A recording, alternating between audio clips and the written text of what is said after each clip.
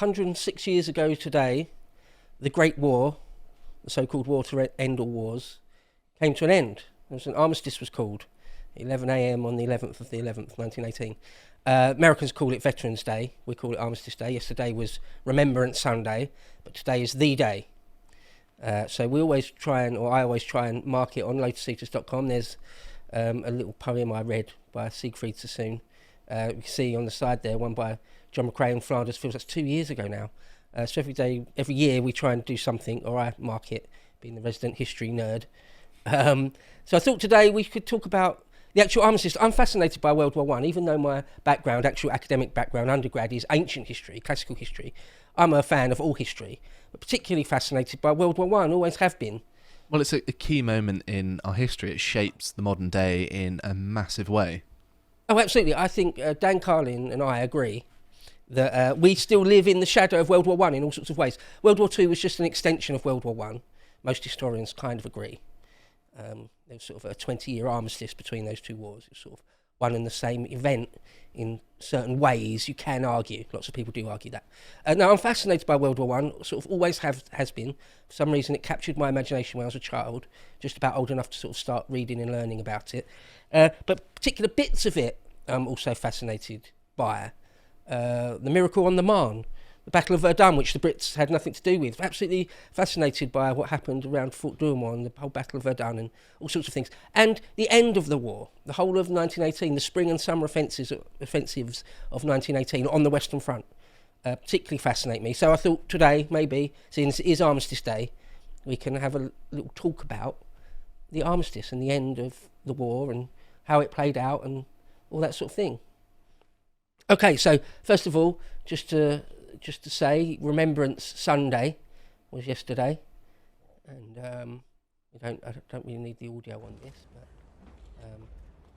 these are some of the events that we have every year at the Cenotaph. If anyone doesn't know, this building on the left, this structure on the left there is the Cenotaph, a memorial to all war dead, not just from the World War One. There's the King there.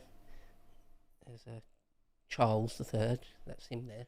So, sorry to bring this back to low politics for a moment, but I heard a rumour going around that the veterans were going to turn their back on Keir Starmer. Did they do that in the end? I don't know. I didn't see that. Is that Charles there? I think it is. I didn't see that. Right. No. Might have happened further back or something, or at another time. But everyone's there. You can see Keir there and Kemi, and there'll be all the prime ministers, all the living prime ministers, Major, Blair, Brown, Truss, Sunak, Boris. Theresa May. And Theresa May. Yeah, we've had so many. It's like a football club who's going through so many managers. Too many, really. Far too many. Okay, so that all happened yesterday, and it's all very sombre. But some people don't really have too much respect for the Cenotaph. I mean, it gets sort of vandalised by, well, domestic enemies is the only way you can describe them. From time to time, it gets sort of vandalised. Have to put things around it to stop particular demographics when they march down Whitehall. This road there is Whitehall, with Downing Street and all sorts of ministries flanking it on either side. And sometimes we have to put up things to protect the most sacred war memorial we've got. It's very depressing that has to be done. Yeah, we're at a point in our civilization, no matter what the cause is, that people do things like that, and that's warranted, that we need to protect it. Would have been unthinkable, would not have happened just a few years ago. I remember marching past it several times for the COVID protests, and for whatever reason they didn't feel the need to board it up then. Right. It's only certain types we need to worry about. I mean, here's a scumbag trying to set light to the Union flag on the Cenotaph a couple of years back. A domestic enemy, there's no other way to describe that they are. Lovely stuff. It's a Black Lives Matter related protest by the looks of it. Yeah, oh yeah, you can see that. Yeah. I'm not sure if they got away with it. They were prosecuted. I don't know if they actually went to prison or not.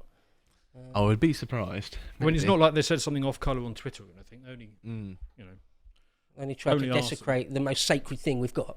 Yes. Yeah. So here's another memorial at Thiepval in France, one of the main ones to the war dead of World War One. Very famous memorial there. Some might say the main, most important one at Thiep Vale. There's also one to the Canadians. The Canadians sacrificed a lot. I mean, lots of all sorts of people from all over the world did, but the Canadians fought particularly hard. There's one at Vimy Ridge. It's beautiful, isn't it? Yeah, and I've actually been there once upon a time. Any Canadians watching this will almost certainly know.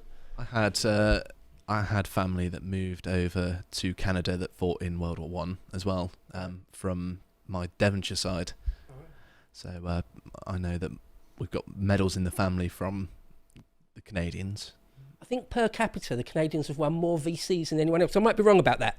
They win loads of VCs, the Canucks. Victoria Crosses. Yeah, the highest medal for gallantry in the field, showing dash in the face of the enemy. Yeah, the Canadians. Yeah. Very polite on the streets, but when it comes to war, they know what they're up to.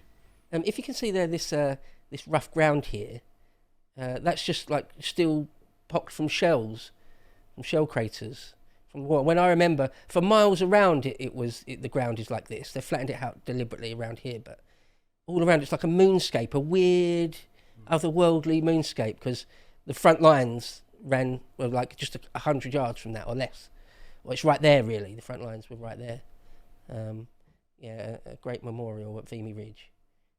Okay, so let's, if I can, talk just a bit about the end of the war then, how it played out, and if people don't know, hopefully, we'll teach them a little bit, or they can go away and research it for themselves if they're interested. Okay, so by 1918, lots of things had changed. World War One is known as sort of a stalemate war, but by 1918 that had largely changed.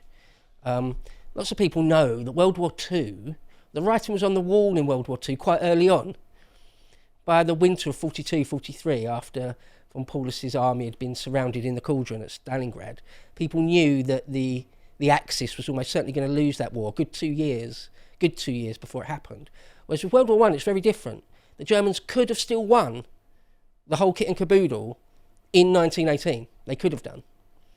And it went wrong for them. So they'd beaten the Russians on the Eastern Front. The Russians had pulled out. Lenin had pulled the Russians out entirely, given away loads of Eastern Europe and parts of Russia at the Treaty of Brest-Litovsk. The Ottomans had been knocked out, thanks in no small part to T.E. Lawrence of Arabia, and the Arabs, pushing the Ottoman all the way back to Damascus and beyond. Bulgaria had pulled out. Bulgaria had had enough. They just couldn't keep fighting. But the Germans were not done.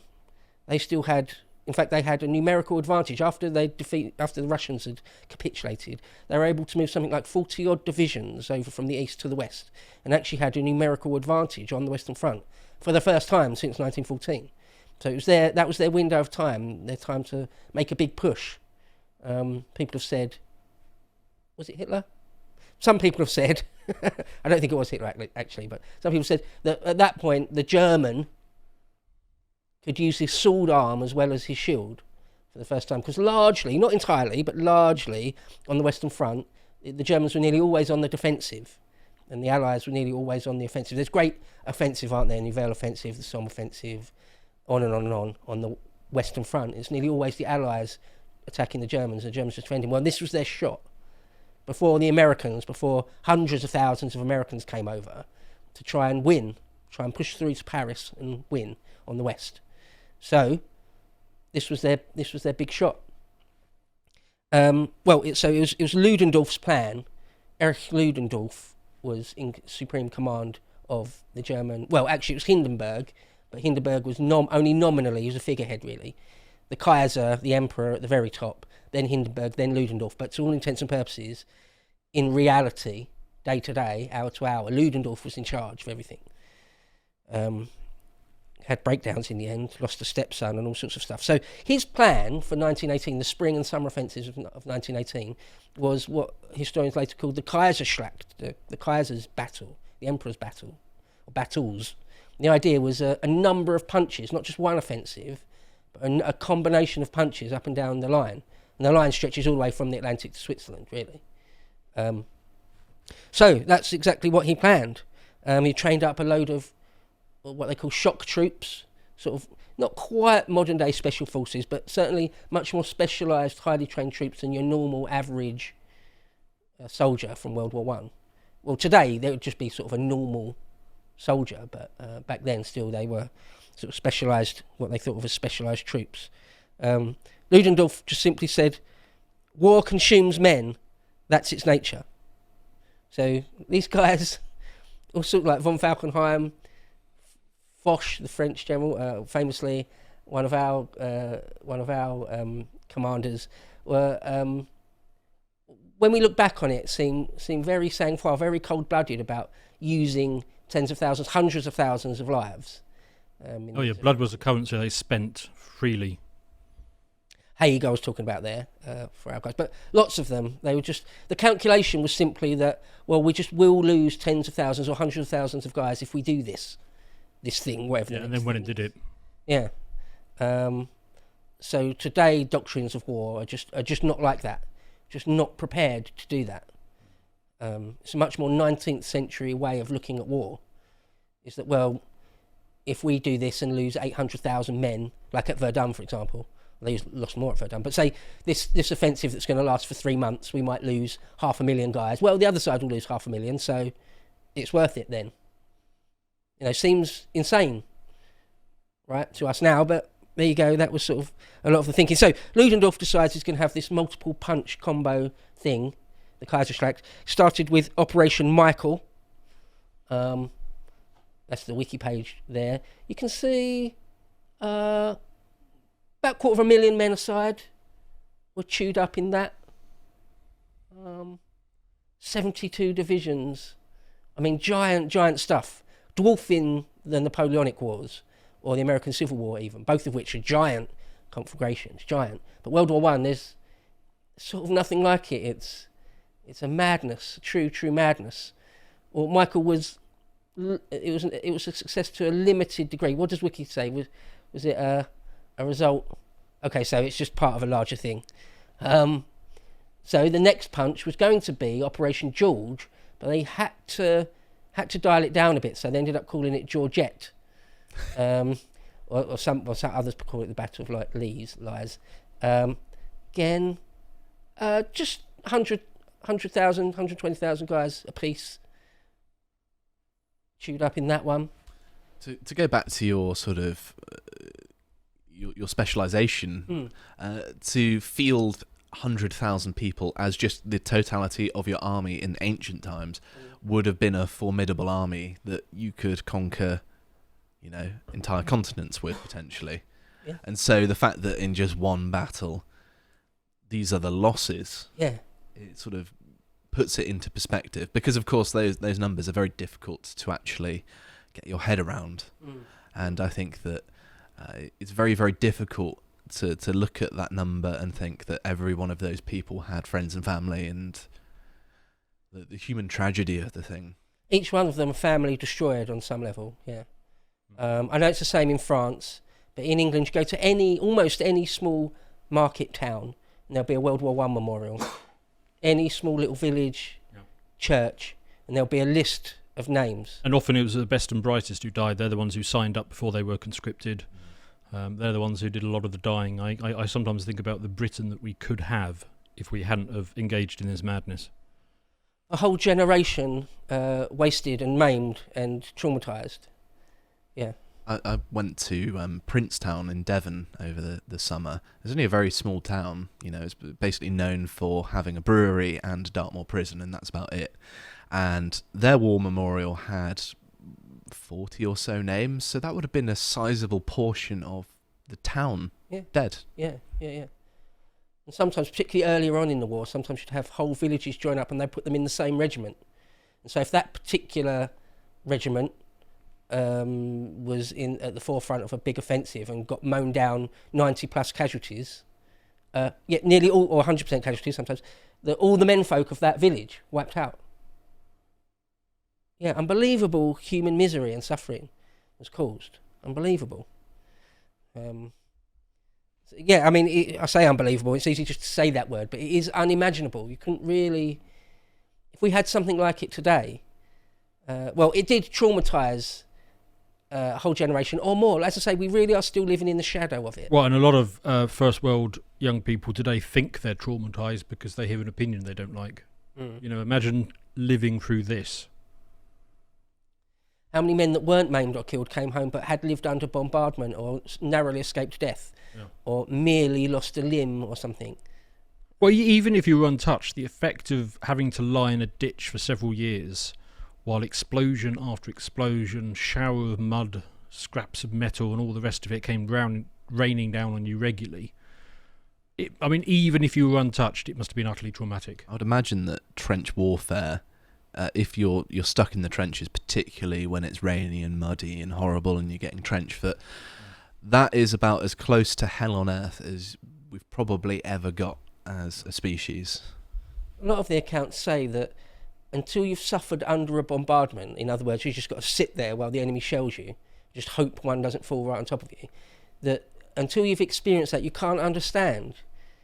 You know, lots of guys say that about all sorts of war until you've been under fire, just small arms fire. Well, being under a sustained bombardment, lots of people went mad. They called it shell shock. Now we'd call it post-traumatic stress disorder or something. But men literally go mad and never recover from it and stuff like that. World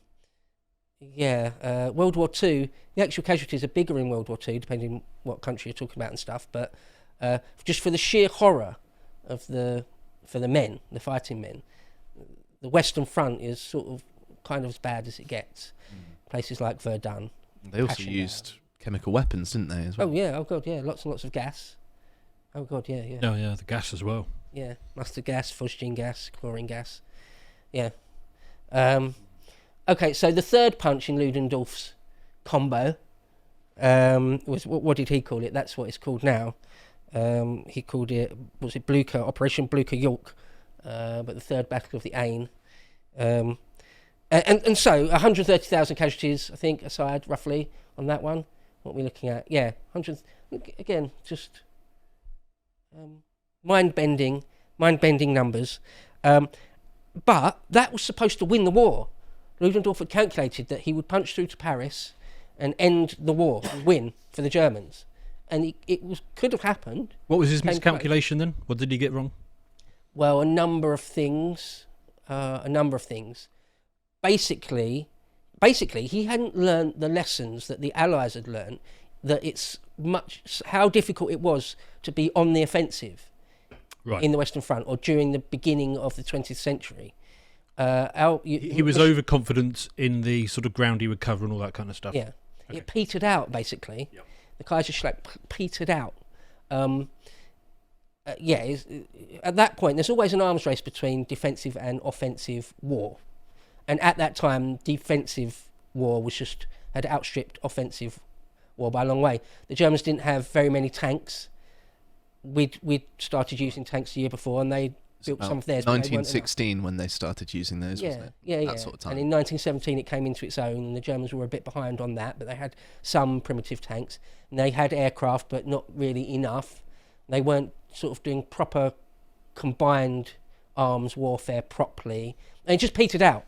It's just very, very difficult. It's one thing to break through a trench line, or even if the other side's got defence in depth, it's one thing to keep punching through the trenches, but to continue the momentum, that was, at this point, almost impossible, it seems. Complete sideline, but I'll throw it in there because I always found it fascinating. Apparently, tanks had a completely different name when they were first designed, but the only shipping crates big enough to put them in were for tanks, big water tanks. So they stuck them in these boxes and shipped them off, and everybody saw these things turn up in boxes with tank written on the side, and so the old name is just lost to history. We just call them tanks now. Right. Yeah, it's very interesting. I'm fascinated by the earliest tanks. There are some pretty wacky designs, aren't there? Some of the German ones were massive, like had a crew of like 15, 18 guys. Wow. And there was all different doctrines. Just after the war, the French went with sort of smaller, much more mobile tanks. And the earliest tanks were fascinating stuff. So the Allies realised that the Germans had sort of tried their hardest to push through in the summer of 1918, and that if we did a big enough counter-offensive, we could break them entirely. And that's sort of exactly what happened, but it took a massive push And this is after 4 years of the worst war that's ever happened. I've got this book here, which I find a fascinating one. It's by Martin Evans. And he said this: the blows that rained down on the German forces, this is for the Allied counter-offensive, the blows that rained down on the German forces followed one after another so swiftly that the opportunity to reinforce one sector at the expense of another was denied to Ludendorff. As a result, the pressure exerted on him in Flanders, Artois and Picardy, principally by British and Empire forces, was to break the German army as a fighting force, obliging the German government to salvage what they could by means of an armistice. So it had always been the case that the British forces, not just English, all sorts, everything, South Africans, Australians, Canadians, Scots, Lots of people Welsh, from the Empire, basically. yeah, all over the place. Yeah, we held the front closest to the Atlantic, and the French held the rest of it. So the idea, largely, it's more complicated than this, but the French would hold steady where they were, all the way from Switzerland and Verdun, all the way up.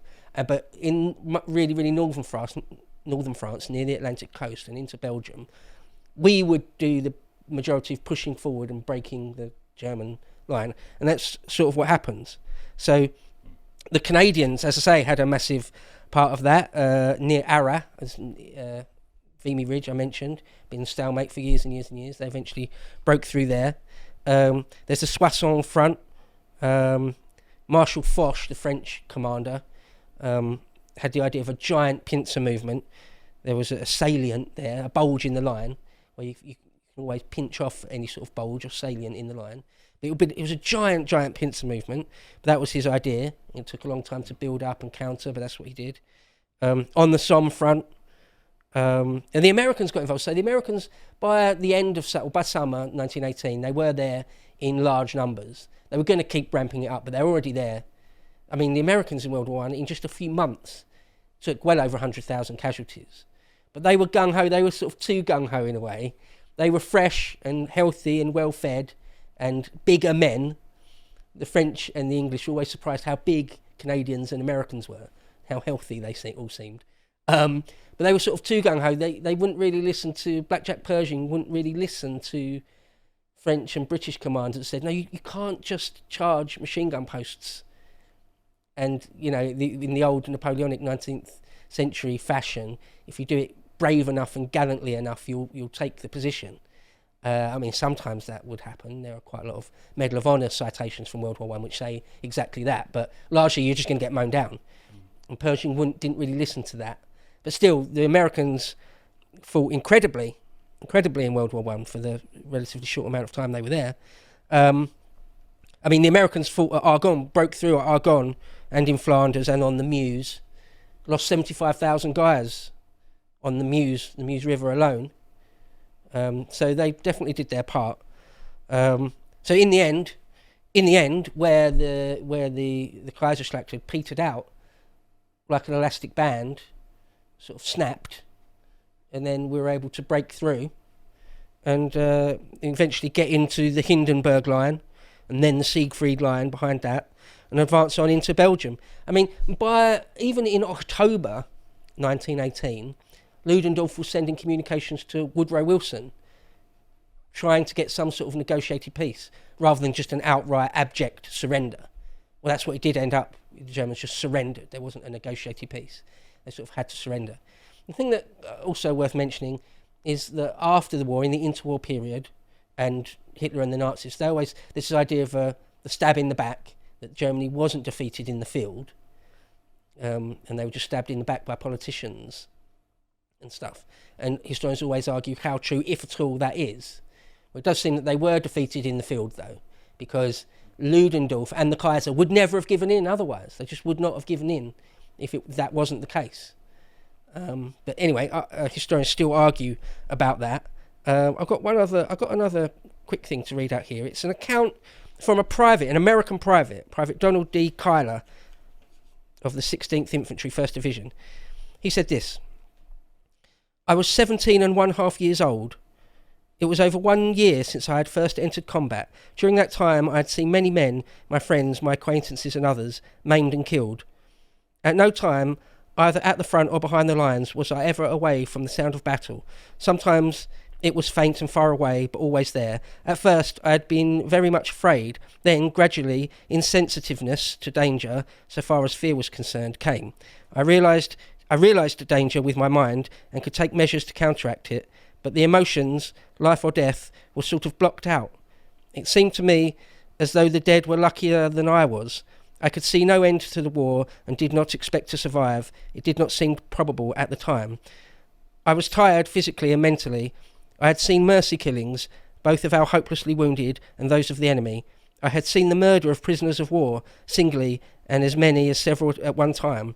I had seen men rob the dead of money and valuables, and had seen men cut off the fingers of corpses to get rings. Those things I had seen, but they did not affect me much. I was too numb. To me, corpses were nothing but carrion. I had the determination to go on performing as I had been trained to do, to be a good soldier. End quote. I think that's a 17-year-old. And I read, out of any number of accounts I could read, I read that because there's so many just like that. So many just like that. And again, appalling, right? Absolutely appalling. And you go around the rest of your life with that trauma. Well, of course, many of these men were very young. Your brain continues to develop until you're 25, so they're not going to ever be able to recover from this experience, really. Still a child. Many ways, yeah. Just a kid. Well, of course, that generational trauma would have been passed down the generations as well. He might just have been old enough to fight in the Second War as well. Yeah. Okay, so eventually we broke the lines, and they sort of, the Germans felt they, or did really, have to give in, unless we were going to, like in World War II, march all the way to Berlin, which they just weren't prepared to do. The Kaiser had to abdicate. That became a sticking point for the Allies. The Kaiser's got to abdicate. And eventually did. At one point he threatened, no, I'll never abdicate. I'll march what remaining men we've got back, and I'll march them and fire on Berlin before I do that. He threatened that at one point. He didn't do it. Because even he wasn't that mad. Okay, so the last thing then, coming down to the final day, famously, people might know that they fought all the way up to 11 a.m.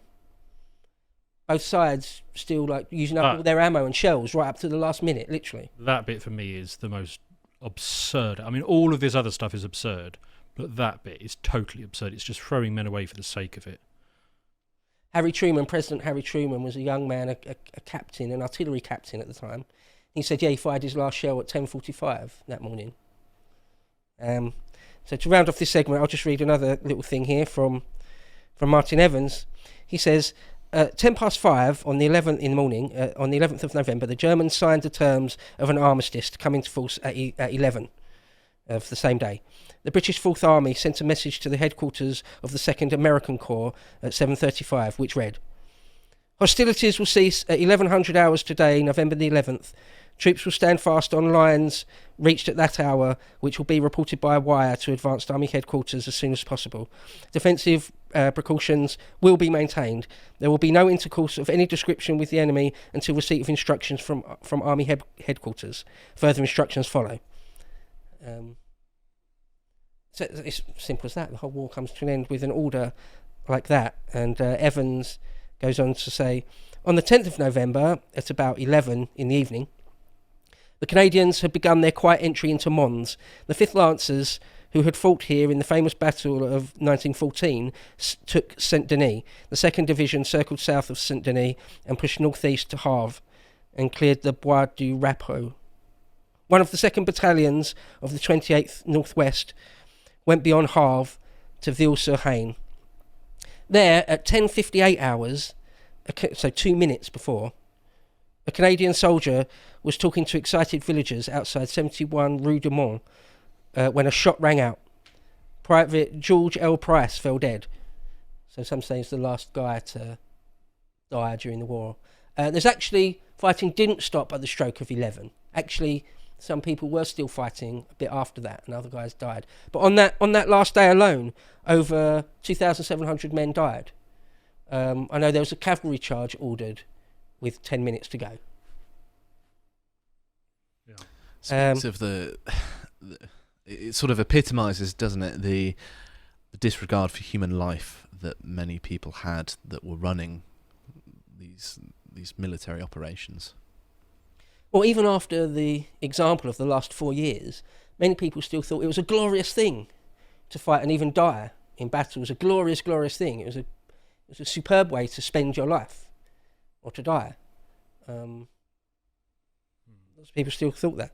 So just to finish up here, Martin Evans said, the Scots Fusiliers, Wrights reported, who was a Lieutenant Colonel Wrights, he reported, maintained comparatively unmoved by the news of the armistice. And then, this is his words, he said, a few cheers were raised and there was a solemn handshaking and slapping of backs, but otherwise they received the great event with calm. That's something that comes up again and again. When the war ended, people weren't exactly jubilant. Soldiers on the battlefield, that is, were not exactly jubilant. You probably wouldn't be, would you? You're still been traumatised by it. The civilians back home can pop champagne and stuff and have a party, but the men on the front largely didn't react that way. He said, the telegram informing the parents of Second Lieutenant Wilfred Owen, the great poet Wilfred Owen, of their son's death in the Battle of Sombra on the 4th of November was delivered to their home that morning. The air was full of the sounds of church bells welcoming the end of the war. And then finally, a year or so later, General Monash, Sir John Monash, an Australian general who actually I think fought alongside the Scots, but he was an Australian, recorded his views on the ending of the war. So General Monash wrote this. It must never be forgotten that whatever claims may be made to the contrary, Germany's surrender was precipitated by reason of her military defeat in the field. Her submarine campaign, disappointing to her expectations as it had been, was still a potent weapon. Her fleet was yet intact. Our blockade was grievous, but she had in fact survived it, even though it continued in force for a full 8 months after her surrender. The defection of Bulgaria and the collapse of Turkey might conceivably be a source of increased military strength, even if one of political weakness. Had she been able to hold us at bay in France and Belgium for another month or 6 weeks, she could have been assured of a respite of 3 months of winter in which to organise a levy en masse, i.e. a whole new load of men. Who can say that the stress of another winter and the prospect of another year of war might not have destroyed the Entente combination against her? On these grounds, I believe that the real and immediate reason for the precipitate surrender of Germany in November 1918 was the defeat of her army in the field. End quote. So, there you go. Some people still do argue that Germany was stabbed in the back, but most serious historians do agree that Ludendorff had no real choice by early November. In fact, he knew it was over by August. And was actively trying to sue for some sort of peace all through October. So there you go, that's the story of the armistice. I have got other content, I think a year or 2 or 3 back, where I did a whole piece of content. It might have been an Epochs about it. I think it was in the old studio with Carl. So that story in more detail, in sort of 3 times as much detail. So maybe look that up, or read about it for yourself. Fascinating and harrowing stuff. What were the odds? How could this convergence have come together?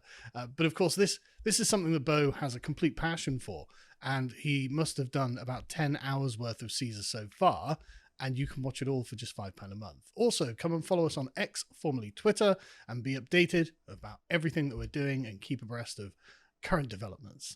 Thanks for watching, folks. We'll see you soon.